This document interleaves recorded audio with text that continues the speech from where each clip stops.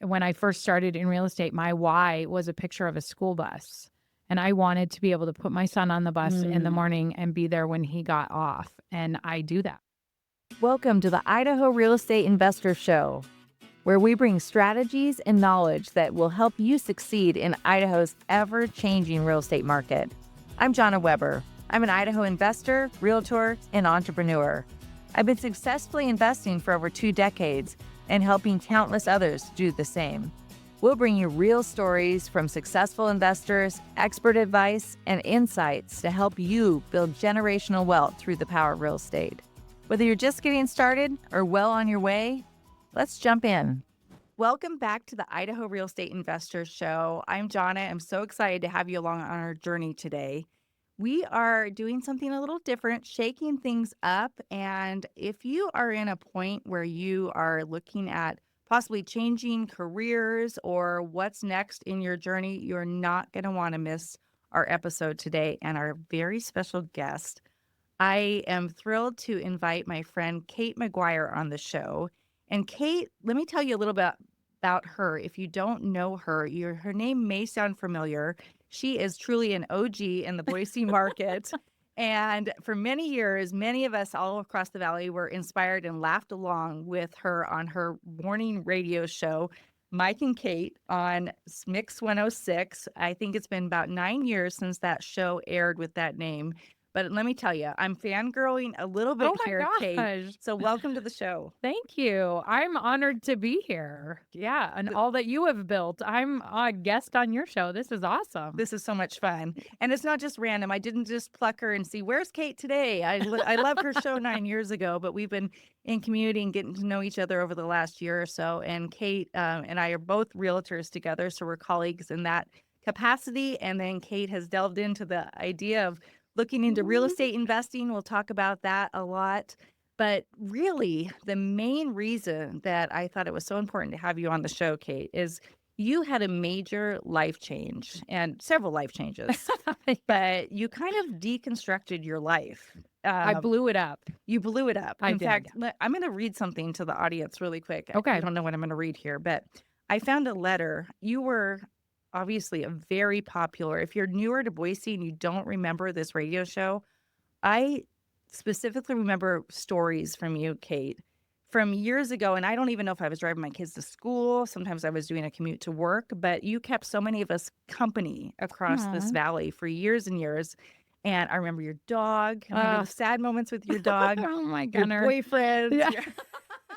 Yeah. Your stories that like only coming out of your mouth could sound appropriate, which I absolutely loved.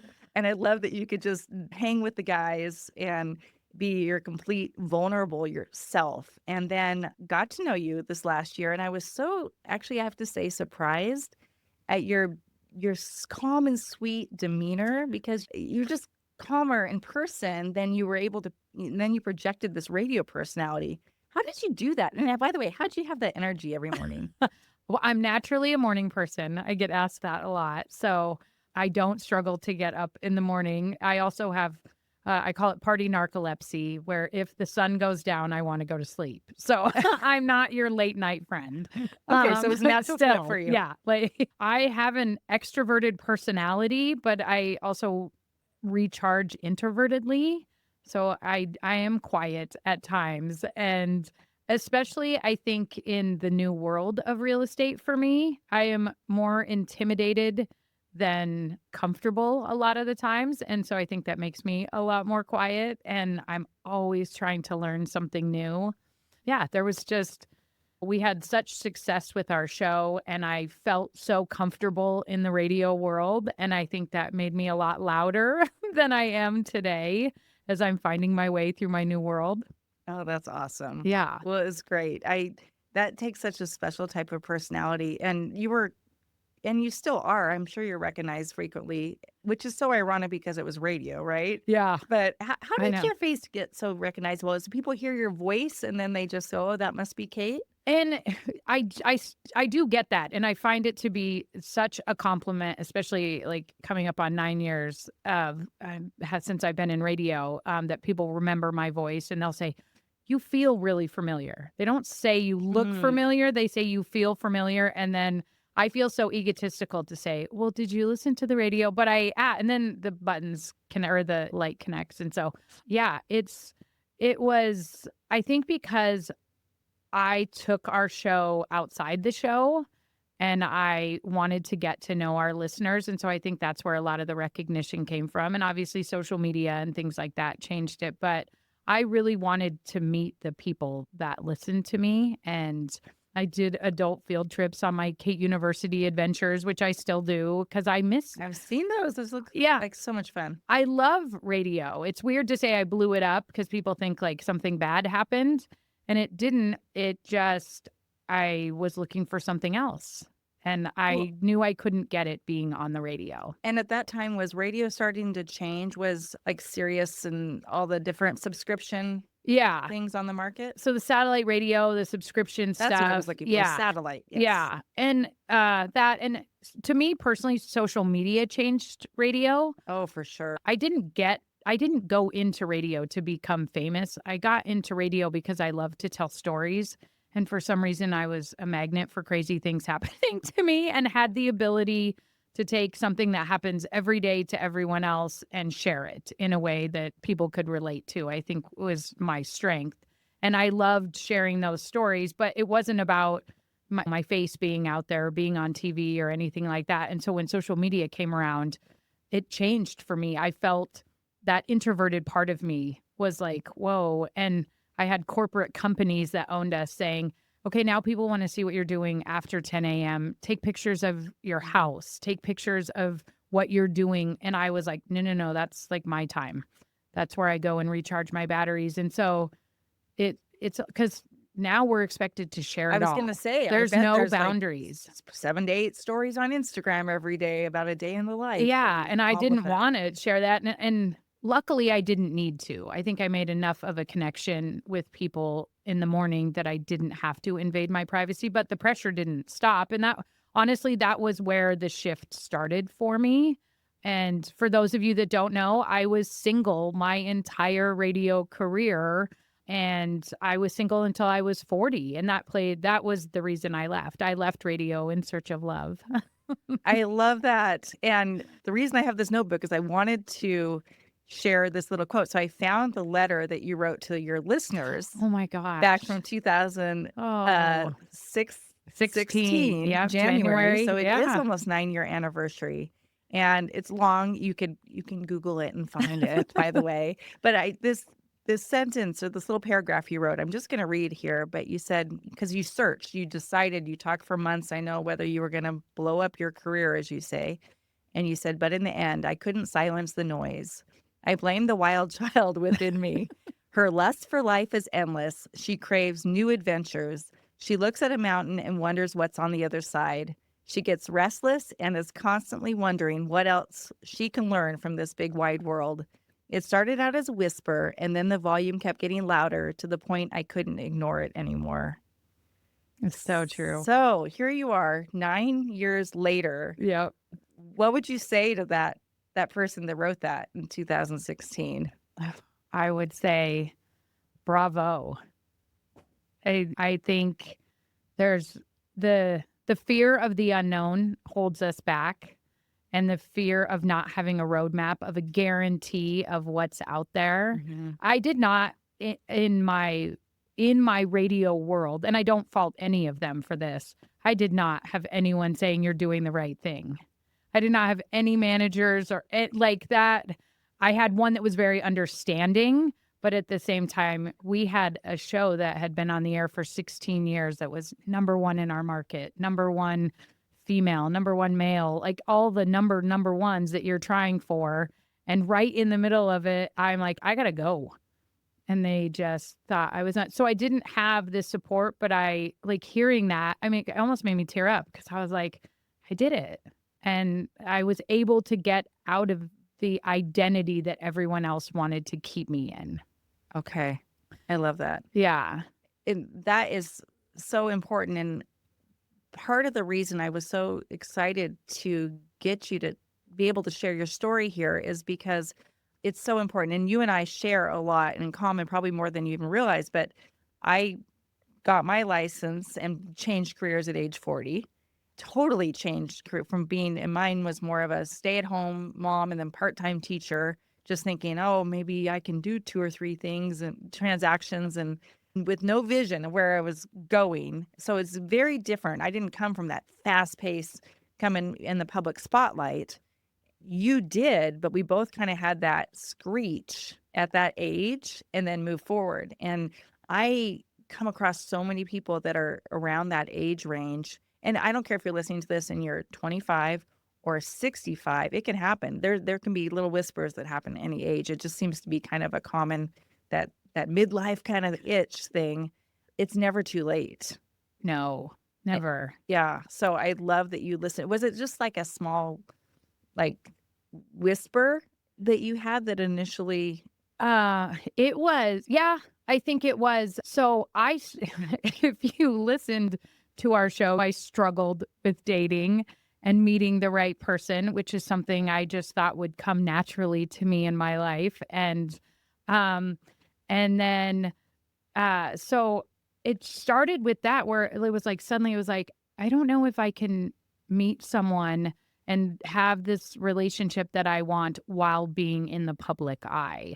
And I started to question that. Okay. And then I was like, I don't think these two things mesh because, as you have seen, I'm a little bit different off the air than the stories. And then when I say that to people, they're like, oh, did you fake the radio person? I'm like, no, that was part of me. It's a big part of me. But there was also this other side of me that wasn't, no one wanted to hear about how I went home and read a great book. They wanted to hear how I went out on this crazy 3-day trip and had this amazing girls' weekend, And so those were the stories that people wanted to hear. So there was this whole other side of me. And then when I would date, it was guys thought they were going to get the party girl on the radio all the time. And there was this other side that I wanted to show, but then also I wasn't comfortable showing it because I felt like I had to be on all the time.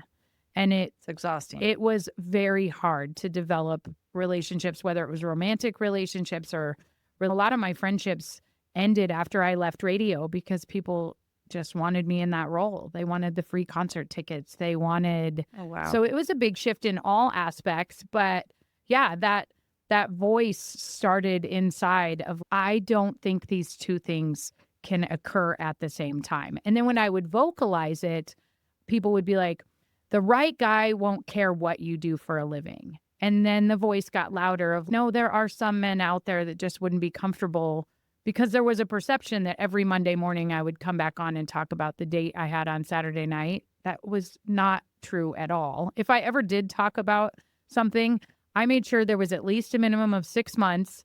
I never specifically named anyone. The story actually wasn't about him. It was about me engaging with him, but perception versus reality is a whole nother show. But yeah, so then I realized there were only certain people I could talk to about it. And I think that applies to anyone wanting to make a change. You're going to learn real fast who you can discuss this with and who you can't. And the people that you can't, they just are comfortable with the role that you're playing in their life. Mm-hmm. And they don't want it to change. But I think once that floodgate opens and that whisper starts and it gets louder and louder, and I have the luxury. I didn't have a family to support. I was supporting myself, and I was able to jump off that cliff and say, because I left radio and I didn't know what I was going to do. Yeah, that's what I was going to ask. And did you have an emergency fund? I did. I'd saved up for 6 months. Okay. So I knew 2 years before my contract was going to renew that I wasn't going to sign. And then I was like, okay, I'm going to find the perfect job and the perfect career. And then I'm going to cross over and I'm never going to miss a paycheck. And then I'll just leave radio and go into this next career. Well, radio was my entire life. I went to college for it. I lived it. It was everything to me. It was not just a career, it was this passion. I still to this day love radio so much. And I realized in that 2 years, I was like, I can't leave this massive thing and also create this new thing at the same time. There is not enough space in my head for that. And so then I just said, I'm just going to shovel away enough money that I can take 6 months, clear my brain, and then figure out what I'm going to do next. And so, Wow, that's awesome. Did you take any trips during that time? Oh gosh. Well, it didn't pan out that way. Okay. So I was leaving the radio station on the last day, and the radio company only allowed me to announce on a Monday that my last day was on Friday. This is after 16 years of being in this market. And so they were like, nope, we'll give you 1 week. It was 1 week of tears, like ugly crying. They had cameras on me. Like I could still bawl thinking about it still. It was so emotional. And then it was 10 a.m. I pack up my desk. I'm driving down Front Street in downtown Boise, and I get a call from the county. And they're like, hey, we want to talk to you about a public information officer position. And I was like, okay, well, I just blew up my career. I'm headed to a bar that's open at 10 a.m. They were like, oh no, just stop by. I was literally driving by the courthouse, and I was like, no, like I've been ugly crying for 5 days, and just come in, just you and me, the woman said. So I went in, I walked into 9 elected county officials all in one room. It was this impromptu interview. Pretty sure I put my feet up on the table and told them everything I wouldn't do for them as a public information officer, because I dreamed of weekends and nights having those free, because radio also never shut off for me. What time did you get up every morning, by the way? I got up at 3. I was at the station at 4 because I had this belief that I needed to know every single thing that happened in the news overnight in case someone called and wanted to know what happened in Indonesia last night. I could be able to tell them. And in the beginning, you didn't have your iPhone right in front of you to tell you all that. No one ever in my 20-year radio career called and asked what happened in Indonesia last night. They're probably calling like NPR, like our news channel. Yes, you did not come to Mix 106 for your news. Like, that was not what we were known for. You were known for, I'm just totally jumping around. No, you're fine. But you were known. I was thinking about one more thing. I remember your stories. Like I said, I remember the laughter. I remember laughing along with you. And Mike, I don't even remember the music. So many people say that. At all. I love that. Like, seriously. I think I changed channel during the music. I love it. So anyhow, just as another compliment to you. No, thank you. But, so I was there at 4, and then we did the show till 10. I would usually stick around till 1, prep for the next day. And then we had events at night and on weekends. Okay. And so that physically got I just never felt like I could shut off. And the clothes and oh gosh, that would exhaust me too. And it was just, you're constantly on. So you were back at the interview, and you were saying you weren't going to do and I just and told them, and it was this nice casual conversation. And I remember they were like, are you a Boise State fan? I was like, I'm a Colorado State alum. Is this going to be a problem? But I was not interested in whatever they had to offer. I have no idea why I even turned my car around and parked. And then I left, and I did go to a bar. But they kept calling, and they were like, can we do a formal interview? And then I looked into some other marketing things. And then I remember I did go on a trip, and then the county, I was really interested in this other marketing job. It was with a golf course, and I love to play golf. And I was like, oh, I hope they call me. And then kept interviewing, and it came down to the county and this golf course. And I remember going to bed, like, I'm going to turn down the county. And then, because they both had offered me a job, and I woke up the next day and I was like, I need to take the job at the county.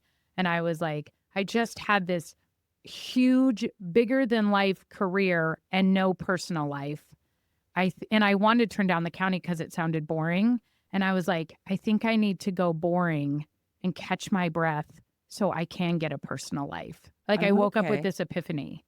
So I turned down the golf course, where it would have been event planning and right up my alley, out with people all the time. And I went and worked at the county, and I had great benefits and a pension offered to me. And I caught my breath. And they knew that it wasn't my long term. Okay. And it was a great place for me to just breathe and catch my breath. And I stayed behind the scenes and worked on making officials shine and helped with the public information on that. And I found it absolutely fascinating.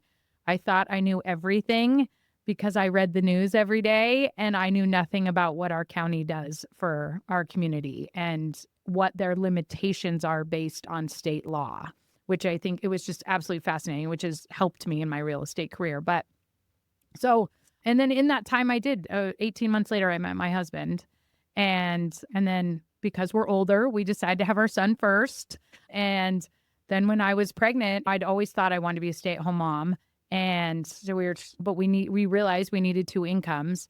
And he had said, "What about real estate?" And I'm like, "Oh my gosh, I've turned this down." People had talked to me about real estate forever. And I'm like, I do not want my face on a sign or my name out there. I just did that for 20 years. No. And then I think he brought that up before I was pregnant, because when he brought it up when I was pregnant, suddenly it sounded different.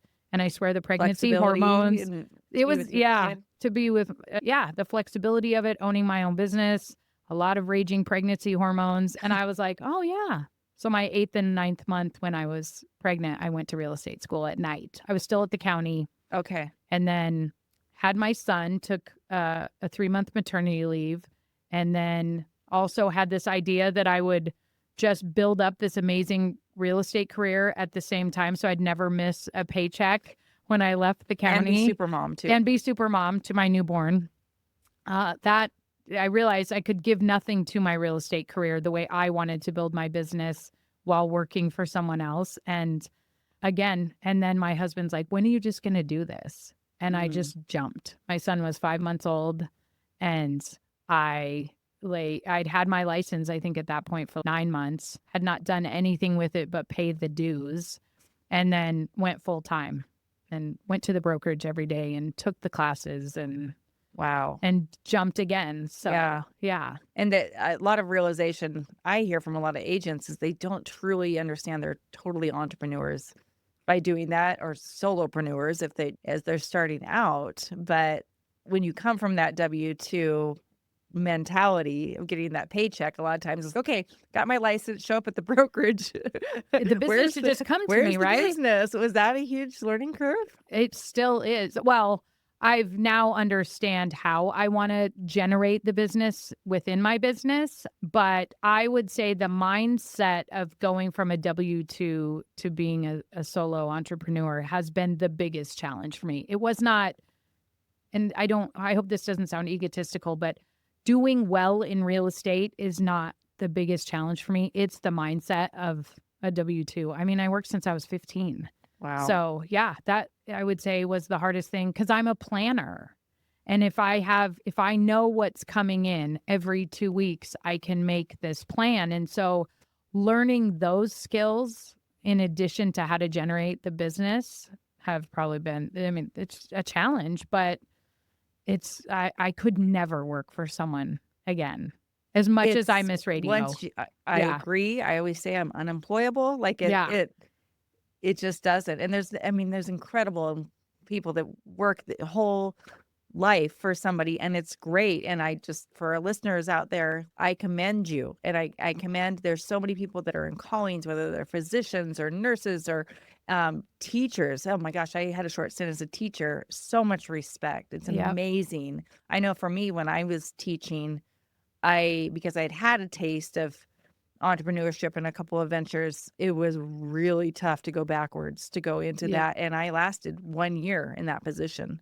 And when the first time I found out I had to get a substitute and I couldn't go to my kids' old band concert at a different school, I was out. Yeah. I think recently I was listening to one of your episodes. I think you were talking about your why. Mm-hmm. And when I first started in real estate, my why was a picture of a school bus. And I wanted to be able to put my son on the bus in the morning and be there when he got off. And I do that. I walk him to the bus every morning, and good grief, his school doesn't start till 9:15, which was a slap in the face. I'm like, wait, what? But you're almost done with your work. I know. As being a morning person, I'm like, oh my gosh, what? But that's it. That, like, I built a business around that, and my business has shifted. He's in kindergarten now, to make sure that I'm there. Like, that's the whole reason that motivates me. Yeah. Oh, that's awesome. And I would encourage anyone that's starting their business or taking on the role of being self-employed. I mean, if that's truly part of your why, because that's most most of the time a big component of why someone goes out and works for themselves, right? But you've got to plan that, encourage that, and structure that very intentionally, because being a business owner will suck you dry if you let it. Yep. And it'll be 24/7. Or we always laugh, it's only half time, only 12 hours a day. Yeah. But I love getting around, well, people like you, Kate, and others in our Boise Reen community and in the greater community that understand it's not all about the hustle and it's not all about grinding. There's been in the last 10, 15 years ago, especially, there was such a grind hustle mentality, and it's exhausting. And there's other ways, huh? Yeah. So, And there is. And I am a recovering people pleaser. And that got me you and me into both. a lot of trouble in radio. And I say trouble. And if you ask my former employers, they would say, oh my gosh, why didn't we have 10 employees like her? Because I never knew how to say no. And that was the thing also, is like when I was leaving radio, is that I started to say no. And they were like, wait, what?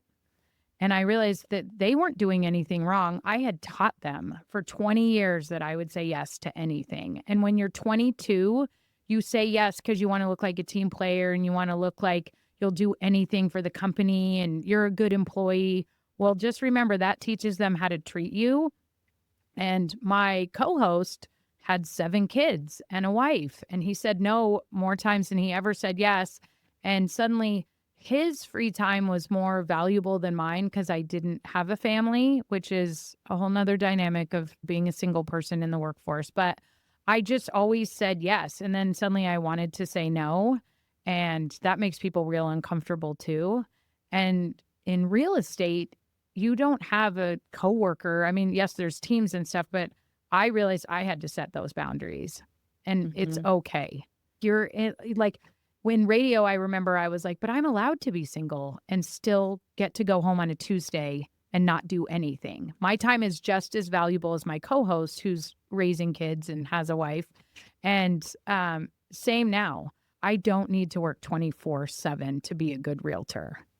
Like people think at first, I hate that Google makes that as an option when you on your Google page. Oh, right. You can look click like a the slacker if you like close if at you 5. don't. Well, yeah, or if you don't select the bubble that says 24/7. No Yeah. one should work 24. Doctors No, shouldn't. They need no, break. it's Pilots. no, you don't want that person. I don't want to You don't live want in me the writing a contract at 10 o'clock at night. I'm No. like, so, but boundaries, I think it will always be with me of something that I'm like, oh yeah, set the boundary. Like it's Yeah. okay. And it's okay. Right. Yeah. Hey friends, if you're busy like me, you're always on the lookout for trusted professionals that can help you with your business, home, and investment needs. Whether it's a trusted lender, real estate professional, or a vendor that might be able to come in and work on your home or your investment property, there's always a need out there. And we want you to have great resources at the ready. So Boise Reen has developed an exclusive vendor directory chock full of businesses that are ready to help our community. Head on over to boisereen.com, grab your free copy today, and don't forget, let them know that Boise Reen sent you. So how do you think, so you came up on real estate as your natural, it sounds like a pretty natural progression after taking the other stable employment afterwards, but any tips for like how people, if they're transitioning or maybe they're still in their full-time employment and they want to make that transition, did you experiment at all, your personality type or what's right for you? Or was it just kind of a calling, you think? With real estate? So yeah, there wasn't any other, well, I mean, honestly, my husband and I, our 5-year plan, we wanted to move to McCall. He had lived up in McCall for 10 years before we met. And I was like, well, what would I do in McCall? I don't want to work for the Valley County up there. And I don't even think they have a public information officer. So then it was like, oh, what about real estate? It can go anywhere with you. And so that was appealing. And yeah, I really give my husband credit because he planted the seed and then he kept nourishing it and asking about it. And then the more I kept with it. And so if that answers your question. Yeah, it does. And then the kept with it, I'm going to tag off of that because that speaks to consistency. And like when you get intentional and you get consistent with sticking to something and giving it more than 6 months or a year, things happen. And sometimes it doesn't feel like things are happening because I'm looking at I can point to both of our examples, but in your example, you quit the station, you moved on. Look at what you've done in the almost 9 years. 18 months after that, you found your husband. Then you had your sweet baby boy and went through not even one, but two careers basically. And now you're exploring real estate investing. You're all things. You're going to be you are an elementary school mom. Like the difference in those 9 years is huge. It's crazy. And I think people they way overestimate what they can do in a year, and they underestimate what can be done in a decade. And 1 decade of your life can completely change the trajectory of not only your life, but your future generations. And it's powerful when you think about it. It's so powerful. And I give credit to Boise Reen and the group that you have created for really opening my eyes to that. Because I can look at my own life, and I just had this thought the other day. Suddenly my 40th birthday flashed in my head, and I was at a Denver Broncos game, and I was single and thinking, I'm 40. I'm going to be okay. I'm not getting eaten by cats, like all of the myths. I've made it. And then 9 months later, I met the man of my dreams, and my whole entire life changed like in an instant. So I can see that there. But going back to crediting Boise Reen, when I joined, my husband and I want to build our retirement with real estate investing. And we feel like when we started talking about it, we were like, oh, we're so far behind because we started our life together in our early 40s. And it just felt like we were behind. And then we joined your group, and to hear how much people can accomplish in a short amount of time, it was empowering to us. And listening to your story and how you got started, and I'm like, well, look what they did. And I'm like, okay, so now we're 48 and 50. We can just think of where we're going to be in 10 years. We get motivated by that. I love that. So, and that came from your group. Well, thank you. And I think whether it's Boise Reen or if you're listening to this wherever in the country, it's so important to plug into the community and to the peers that are going to uplift you. You mentioned you don't have some of the same friends as when you were in radio, for instance. And I'm sure that you have plenty of great friends from that era, but sometimes you're surrounding yourself with people that want to pull you down and keep you in that. We've all heard the analogy of like the bucket of boiling water, right? Don't hop out of here. Yeah. It's nice and warm in here. Don't leave the you comfort don't realize zone. how miserable you are until you get into freedom. Yeah. You know? And nothing against even our current group of friends, but it was one of the reasons that we signed up for Boise Reen was because we wanted to be around like-minded people, and not all of our friends are in the thought process of building wealth through real estate. And so I remember one of your episodes where you were like, oh, our friends were, buying new homes and boats and toys. And I heard someone recent, I think on one of your other episodes, the dinks, the double income, no kids, and how much extra money you feel like you have and you could go, but instead of buckling down and thinking about the big plan, those things. And so we just have a different vision than our friends. And we wanted to make sure we were in the room with other people that share that vision because we knew we could learn from them. As you've kind of gotten exposed to different kinds of real estate investing and what you guys have grown as a couple, because I've been married almost 28 years. And so I love that we're in the same like kind of stage of life age-wise, but we have these different lives. I know. Your son just got married. Mine started kindergarten. I know. It's perfect. I love that mix. It's so cool. But you guys have accomplished a lot together and grown together. You started your family immediately and everything. What are your goals as a couple when it comes to investing? So my husband is in commercial construction, and so he is naturally drawn to flipping things. He loves to hands-on all of that. And then when we started talking about this, I again default back to my comfort zone, Kate, where I'm like, I need a roadmap and a guarantee. Tell me how this is going to look. What's it going to cost next Tuesday at 5? Like, I wanted all the guarantees, and it just doesn't exist. Even though I practice real estate on a daily basis Right. for the last 7 years. You would think I would get that by now, but it's just the way my brain is. So we've gone through, do we want to flip? And obviously I was selling real estate during COVID and things were fast and furious and it was appealing in that way. And now the market has shifted a bit, but we really are looking into long-term rentals is what we want to do. And I'm so bad at the terms of, what is it? Buy and hold. Buy and hold. Yes. Yep. Okay. So that is what we are thinking. And now we're as a couple, we are learning a lot about each other through this. And so like now I'm working on educating my husband that long-term hold might not be in Idaho, just based on our current market. And then I went to a conference in December and met a bunch of agents that are investing in like the Midwest, where the money goes a little bit further. And so those things. So we kind of work on educating each other. And this path of becoming real estate investors, I would say one of the greatest things out of it. So I think becoming a couple in our early 40s, he had an established life, business. I had an established life, business. We both handled money. And so we came into it very separate and it worked. But now that we are wanting to take this path together as real estate investors, we are now bringing our money together, if that makes any sense. There was no need to do a lot of commingling, yes, for the household, but we were just two very independent people. You were 40. Yeah. So it wasn't like we grew this money together. College, basically. And so it was like, what do we need for the household? Okay, whatever's left over is yours. You go do, he's a dirt biker. Like it was, but now in the last year, we are really combining our finances. And right now we just sat down last night. We're taking a fine tooth comb to our finances and looking at, do we need this? Do we need that? And it is so physically uncomfortable to see some of the things you spend money on that you might not need to if you're wanting a bigger picture item like real estate purchase. So, but it is so great for us as a couple.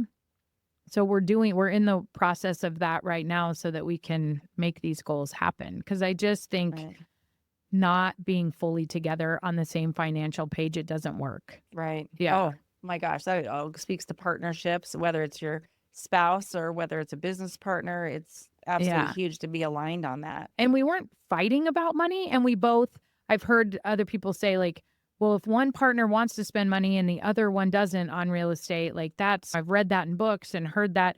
We both want the same end goal, but we were just working separately. It's like his finances and mine. And I'm like, we gotta first purge what we don't need to be spending money on. And if you should sit down and track how many internet subscriptions you have. Yeah. Oh my gosh, how many channels do we need? It's so ridiculous. We got rid of satellite and we are spending so much more on these individual this one. I'm like, oh, we need this for our son. He loves this show on this channel. It's just silly. I mean, but it's so eye-opening and we just couldn't be in separate lanes. Yeah. And I know it works for some, but for us and what we wanted to do, we were like, if we're going to create a separate LLC outside of my real estate business for real estate investing, we both need all eyes on the same page. Right. Yeah. And you're right. Those little things. I mean, I don't even think about it, but I'm finding little joy I rejoined the library. Yes. And I used to love it. Take my kids every week and I got my card renewed and now I'm checking out books for fun and then I'm not spending any money on them. And then I feel no guilt if it's no good. Yeah. You haven't spent $20 on Instead Amazon. of that Amazon purchase. Yeah. Yeah. I mean, just those little things. That's fun. Plus, do we really need to be watching all that TV? And yeah, I know. I'm like, we have more TV than hours in the day. What are we? It's just silly. Yeah. So, but it's good because I think our world is so convenient that sometimes that can be a problem. I'm guilty of it where I'm like, oh, we need, more laundry detergent. I don't want to go to the store today. I'll just order it on Amazon and it'll be here between 5 and 10. Right. Like and one purchase here and one things that you can fine tune to look for that bigger picture. Yeah. I love that you guys are getting aligned with your finances. That's so important. And then I just want to encourage you from the buy and hold standpoint, whether you find that rental in another state or whether it's here in Idaho, the coolest thing about it, and I had a guest recently, Dave Pickron, that spoke to this, is when you align it right and you have the right tenants, then that tenant is paying down your entire mortgage. They're paying for that house. Yep. And at the end of the day, at the very end, even like we talk about, there's not much cash flow in our market, but even at break even cash flow, you've got, because you've selected right, you've screened right, you've gotten training on how to get the right tenant, they have paid off your entire mortgage. And at the end of the day, you own a property free and clear that even a teeny percentage of appreciation is worth. I mean, how much is any property going to be worth in 20 to 30 years, right? Exactly. 7 figures probably. Yeah. And not only that, at the end of that game, you get to keep renting it out if you want to. And then you've got true passive income. And I know it sounds painful and slow, but I'm telling you, with the properties we started investing in 20 years ago, it's obviously time is going like a flash. Yeah. It's over. But when you start having some of those properties paid off, and your past self thanks you so much for taking that one piece of action, even though you were scared, even if it's one property. If you buy one property as an agent, you're ahead of 98% of the realtor population who we're better equipped than anyone. I know. We're in the industry. Well, 20% of us are active in the industry is I think why that number's so low Right. of agents. But yeah. True. I agree with you. I first like that concept of the buy and hold and that really resonated with me. Larry Kendall, the author of Ninja Selling. Oh, yeah. Has a whole brochure and a whole program on give every kid a chance and talks to realtors about look at your clients who has kids, encourage them to buy a home when they're 3-5 years old. If you can, buy it on a 15-year mortgage and then hold it and then when it comes time for college, can you sell it and pay for their college outright? Or do you keep it? Or do you help your kid go to a vocational school or whatever? And that was so appealing to me because that's where we are. We've got a 6-year-old. And so even though I feel like we're starting late, when I look at my son, I'm like, think of all we can do in the next 15 years. Yeah. And well, another tip and trick on that too is if you do have it paid off, if you're intentional and get it paid off early, or some people are in the position where they're just putting their money in a hard asset and paying cash in the first place, you can utilize refis and pull money out of those properties and fund somebody's education on that, or buy another property. Or buy another property. That's a fun one. That's what my husband, it's get the one and then. Yeah, but the hardest is the first. Yep. Like just pulling the trigger. And there's a community in locally, Hidden Springs. Mm-hmm. We have one rental up in Hidden Springs, but we had an opportunity to have multiple rentals. In fact, I was in escrow on 2 during that time, $147,000 houses in Hidden Springs. And I had a couple things come up in inspection, and I was running my numbers, and numbers didn't just cash flow and pencil just right. And I got scared and I walked away from those deals. And so when I say I got scared, I really got scared. And those decisions cost me millions today. And so just to encourage you, the timing's never going to be perfect. And that first deal is not going to be, hopefully it's an A+.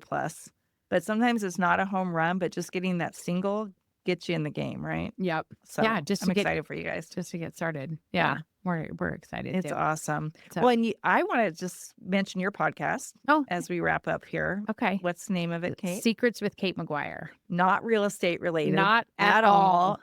Yeah, I love your vulnerability on it. And that's kind of what triggered this whole idea for this conversation is just the power of what can happen when you set intentions, have a life change.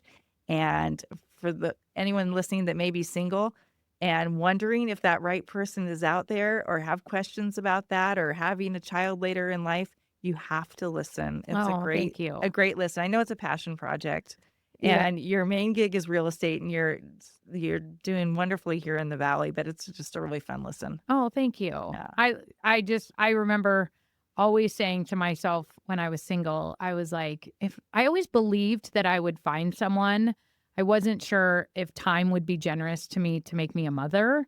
And by the grace of God, I get to be both. And so, but I always said, once I meet my person, I'm going to talk about how hard it is to be single, especially later in life, because I felt like I was the only person, especially being in the spotlight. I really felt like I was the only single person left in the world. And so that is my whole motivation behind the podcast is just It's just so you know you're not alone if you're struggling with dating. People love to say to me, they're like, "Oh my gosh, you dated for so long. You must have been really good at it." No, I was bad at it. That's why I dated for so long. And also my husband was on a completely different path and we weren't meant to meet until later in life. But Oh, I've met yeah. him. He's great. And your Yeah. family is just awesome. I love that Oh, you thank go, snow? You go skiing and you camp in the ski snow? camping. Oh my Yes. gosh. So, well, one of the great things about Idaho, I'm from Colorado. None of the resorts there, I think, let you at this point camp in their parking lot. But God bless Brundage Mountain in McCall. We camp in their parking lot and then we ski. And our son's in ski lessons up there because our local mountain here in Yeah. Boise is so hard to get into. If you're not signed up by October 1st, good luck. Boise's growing just a bit, you It's think? growing just a bit, but we don't mind it. So yeah, we spend our weekends in our trailer in the mountains. And this weekend, it's supposed to be like below zero. Oh my gosh. That's so awesome. But We it's did fun. season passes at Brundage when our kids were in elementary Oh, school. yeah. So, in fact, I came across our old Little the passes. plastic ski passes this week. And Yeah. I'm holding on to them. I So love just it. treasure the I time. know. And I just want to encourage any of you listening, treasure the time with your kids, no matter what stage. It's also special, whether they're getting married and flying the nest, or whether they're in kindergarten. So just treasure it and structure your life so that you can spend time with those kids. I'm preaching there, but it's true. I love It goes it. by fast. Your picture I saw of you hugging your son Oh gosh. at his wedding. I teared up. I'm like, Just oh my wait. gosh. And my husband's, what's wrong? I'm like, he's gonna get married one day. He'll marry mine married a beautiful, wonderful woman who treats him well. So Oh, good. it's all good. But yeah, I get teared up just thinking about it. I'm like, But this has been great. What do you see for Kate's life? Any crystal ball or any fun things you want to do in the next 3 to 5 years? oh gosh, I just created my life list in Oh, my business planning in love that. November. Soon we're taking a big family trip to Hawaii, so that's in my near future. I'm Yay. excited about that. But we do love to travel. But yeah, we are definitely going to be purchasing our first rental, and then hopefully our goal is honestly to purchase one a year. And so That's that's what we our started out doing. yeah. And so that's our goal, and to just keep surrounding ourselves with people that can help us grow. And ask, we don't mind being vulnerable and asking the right questions, but you've created such an amazing environment. It doesn't feel intimidating at all. So thank you for that. My pleasure. Yeah. Thank you. No. And I know as a realtor, it's easy for people to probably Google you, but is there a particular best place for people to reach out to you? Oh, you can find me on Facebook or Instagram at Kate McGwire. Okay. McGwire has a W in it. Is probably the easiest way. And from there, I can direct Okay. you to a podcast or a home. Yeah. Or you probably run into Kate at a Boise Green event, and Yeah. just love seeing you and giving you a hug every time you're able to make it. Thank you. This has been fun. This has been so fun. Thank you. Well, that's a wrap for today. Thanks for joining me here at the Idaho Real Estate Investors Show. I hope you're leaving with new insights and inspiration to help you truly grow wealth through real estate. If you enjoyed the show, do me a favor. Please subscribe, leave a review, and share it with those that can benefit from it. Go and grow, and I'll catch you on the next episode.